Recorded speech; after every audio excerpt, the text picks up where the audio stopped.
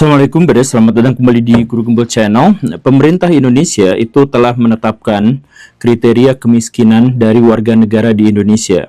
Dari yang paling miskin sampai yang paling kaya didasarkan pada jumlah pengeluaran per bulan mereka.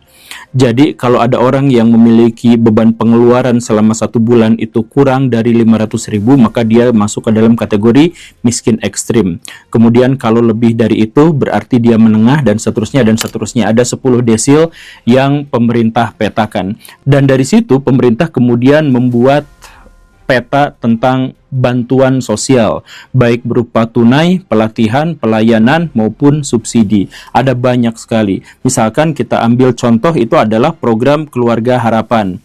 Nah, itu pemberian bantuannya langsung dalam bentuk transfer 3 bulan sekali, Rp600.000 kepada orang desil 1, 2, 3, 4. Kemudian ada juga dana bansos sembako BPNT, Bapak NT gitu ya, itu 1-4 dan lain sebagainya.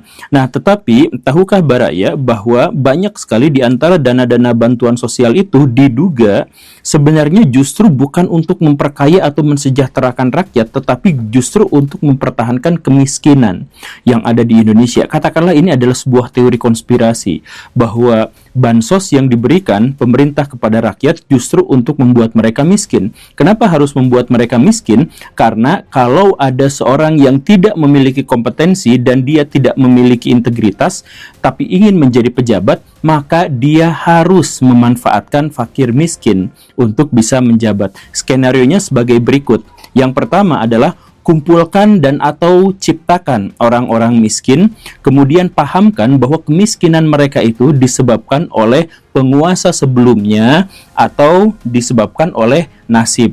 Dan kemudian yang ketiga, citrakan bahwa diri kita itu mampu menolong orang-orang yang fakir miskin itu. Sambil yang keempat, berikan bantuan-bantuan yang menunjukkan bahwa kita bukan hanya omon-omon, tapi memang memberikan bantuan fakir miskin. Dan setelah itu, maka kita akan mendapatkan perolehan suara. Tetapi ketika kita sudah mendapatkan suara dan kemudian menjabat, kita tahu bahwa orang-orang yang mencoblos kita itu adalah orang-orang yang miskin tadi. Maka bagaimana caranya untuk mempertahankan kekuasaan? Maka kemiskinan itu harus dipertahankan. Nah, itu teori konspirasinya ya. Soal benar dan salah itu silahkan saya serahkan kepada Baraya. Cuman kalau misalkan kita melihat skema itu dan kemudian kita terapkan pada jejak digital yang ada dari penguasa-penguasa di Indonesia, nampaknya skema itu cukup masuk akal. Coba Baraya simak dan perhatikan baik-baik.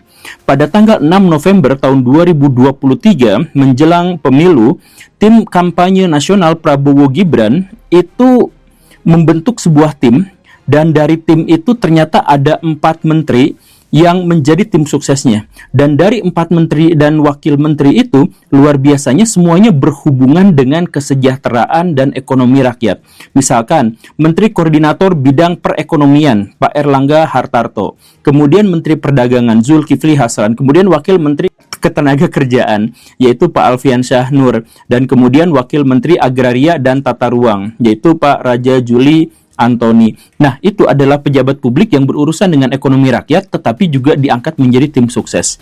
Apakah ini sebuah kebetulan? Mari kita lanjutkan. Pada tanggal 21 November tahun 2023, Pak Jokowi, selaku presiden pada waktu itu, mengeluarkan peraturan pemerintah nomor 53 tahun 2023 yang menjelaskan, yang akhirnya berdampak pada Pak Prabowo dan Pak Gibran sudah tidak usah cuti lagi, sudah tidak usah meninggalkan jabatannya ketika memutuskan untuk menjadi calon presiden dan wakil presiden.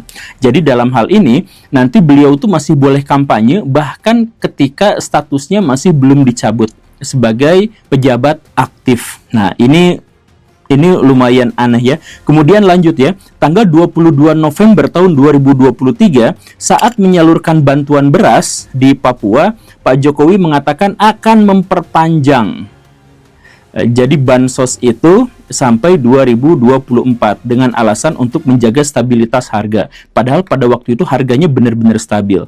Aneh ya. Lanjutkan, 15 Desember tahun 2023 itu ada juga pernyataan dari Pak Presiden itu yang mengatakan bahwa penerima bantuan Indonesia itu akan dinaikkan dari 21,3 juta menjadi 22 juta. Ya tentu saja ini disambut dengan sorak-sorai warga gitu ya. Jadi ada bantuan lagi, ada bantuan lagi. Kemudian yang luar biasanya adalah tanggal 26 Desember, catat ya, 26 Desember, salah satu tim sukses yang juga adalah menteri dari Indonesia pada waktu itu, yaitu Pak Zulkifli Hasan, yang tadi ya, itu mengatakan kepada orang-orang yang menerima bantuan, oke, bantuan ini siapa yang kasih? Ya, bantuan ini yang kasihnya itu adalah Pak Jokowi. Jadi silahkan coblos bla bla bla bla bla bla, karena PAN itu adalah Jokowi, Jokowi itu adalah PAN, dan lain sebagainya gitu ya. Itu sudah mulai ada. Dan kemudian tanggal 9 Januari tahun 2024, Pak Jokowi juga mengumumkan bahwa bansos itu akan diperluas dan diperpanjang. Dan sekitar 1 minggu kemudian, tanggal 15 Januari, itu dikemukakan juga ada kartu bansos. Nah, kartu bansos itu disertai dengan iming-iming bahwa ini diberikan oleh Presiden Indonesia, oleh Pak Jokowi, dan seterusnya, dan seterusnya. Nah, apa yang saya sampaikan itu adalah urutan dari mulai pembentukan tim sukses yang kebanyakan ada pejabat-pejabat yang berurusan dengan ekonomi rakyat, kemudian munculnya peraturan pemerintah, dan kemudian kampanye-kampanye yang ujung-ujungnya itu adalah membiaskan Pak Jokowi sebagai presiden dengan Pak Jokowi yang berstatus sebagai ayah dari calon presiden atau calon wakil presiden. Ini kan pada waktu itu menjadi bias bahwa bantuan-bantuan sosial yang ini sebenarnya adalah program pemerintah, tetapi diklaim bahwa ini adalah bansos, ini pemberian Pak Jokowi. Padahal kan sebenarnya bansos itu adalah pemberian dari pemerintah pakai uang negara, tetapi kemudian diklaimnya ini adalah milik Pak Jokowi. Oleh siapa? Oleh tim suksesnya yang sekaligus juga adalah menteri pada masa itu gitu. Nah, ini sepertinya sistematis. Jadi kalau misalkan kita masukkan ke dalam skema yang tadi bahwa ada masyarakat itu yang harus dibuat miskin dan atau dikumpulkan, kemudian disadarkan bahwa mereka miskin dan kemudian mereka harus dikasih bantuan, bukan hanya dijanjikan tapi juga diberi dan sebagainya, kemudian biarkan mereka tetap miskin dan kemudian agar mereka bisa memilih calon itu lagi pada periode selanjutnya. Nah, ini kan skemanya pas, skemanya sama. Tapi kemudian ada pertanyaan, itu kan tadi sama sekali tidak menjelaskan, sama sekali tidak menunjukkan bahwa pemerintah itu dalam tanda kutip kemudian mencoba untuk memiskinkan rakyat. Kan tidak ada sama sekali. Ada, Baraya, ada beberapa indikasi dan bisa dibilang ini adalah bukti bahwa pemerintah secara sengaja memang memelihara kemiskinan itu. Dari mana itu? Ya dari penekanan dan penegasan dari partai-partai politik dan dari juru kampanye di Indonesia dari Sabang sampai Merauke yang selalu menekankan dan menjelaskan bahwa masyarakat itu miskin dan bahwa mereka datang sebagai malaikat penyelamat untuk membela rakyat. Makanya slogan para politisi dari Sabang sampai Merauke itu adalah membela rakyat, membela orang-orang cilik, membela orang-orang kecil. Bahkan ada secara eksplisit slogan membela orang kecil, wong cilik. Artinya apa? Rakyat yang mau dibela ya harus mengaku sebagai wong cilik. Kan seperti itu. Nah, inilah yang kemudian memunculkan ide soal bansos itu. Bansos itu diberikan kepada orang-orang kecil. Sehingga apa? Sehingga orang-orang di Indonesia itu sudah terpapar pikiran bahwa dirinya itu miskin, dirinya itu tidak berdaya, dirinya itu tidak memiliki daya tawar apapun, sehingga ketika pemerintah datang dan memberi bantuan itu adalah sebuah anugerah yang sangat-sangat luar biasa. Begitu. Makanya banyak orang-orang di Indonesia yang sedikit-sedikit ngaku, saya mah sebagai orang kecil, saya mah sebagai orang miskin. Kemudian ketika menyapa orang lain, halo bos, gitu ya, dan lain sebagainya. Itu kan sebenarnya adalah dogma yang diajarkan dan dipropagandakan dengan atau tanpa disadari oleh masyarakat. Nah, inilah pada akhirnya ketika masyarakat menganggap dan merasa bahwa dirinya itu miskin, maka ketika ada bantuan sedikit langsung rebutan, injek-injekan sampai ada yang meninggal. Kalau ada makan gratis langsung rebutan, injek-injekan sampai ada yang meninggal. Itu bukan kasus 1-2 kali. Dan kalau misalkan ada fenomena yang seperti ini jelas hasil propaganda. Kenapa? Karena normalnya manusia itu kalau ditanya dia tuh sok kaya. Jadi kalau misalkan Baraya menemukan ada Indra Kents misalkan yang dulu yang ngaku pura-pura kaya, itu yang normal. Yang nggak normal itu yang pura-pura miskin. Kalau Baraya ketemu sama teman sejawat, Baraya alumni, kemudian bikin reuni, Baraya lebih mengaku sebagai fakir miskin atau orang kaya, menampilkan kesuksesan atau kemiskinan. Ya normalnya itu menunjukkan bahwa dirinya itu kaya. Tapi di Indonesia secara mayoritas orang-orang itu berlomba-lomba untuk menegaskan bahwa dirinya itu miskin, tidak berdaya, abimah rakyat, tetiasana naon, ya yang semacam itu kan. Dan pada akhirnya ketika semua orang mengaku miskin padahal tidak miskin, bantuan dana sosial yang diberikan pemerintah kepada rakyat itu sebagian besar salah sasaran. Karena apa? Karena banyak orang yang kaya dan mampu tapi pura-pura miskin untuk bisa mendapatkan bantuan. Kita menemukan ada beberapa kasus misalkan anak yang ngaku bahwa ayahnya meninggal padahal masih hidup demi mendapatkan bantuan. Kalau misalkan Baraya menganggap bahwa itu hanya kasus per kasus, nih lihat, saya ajukan datanya.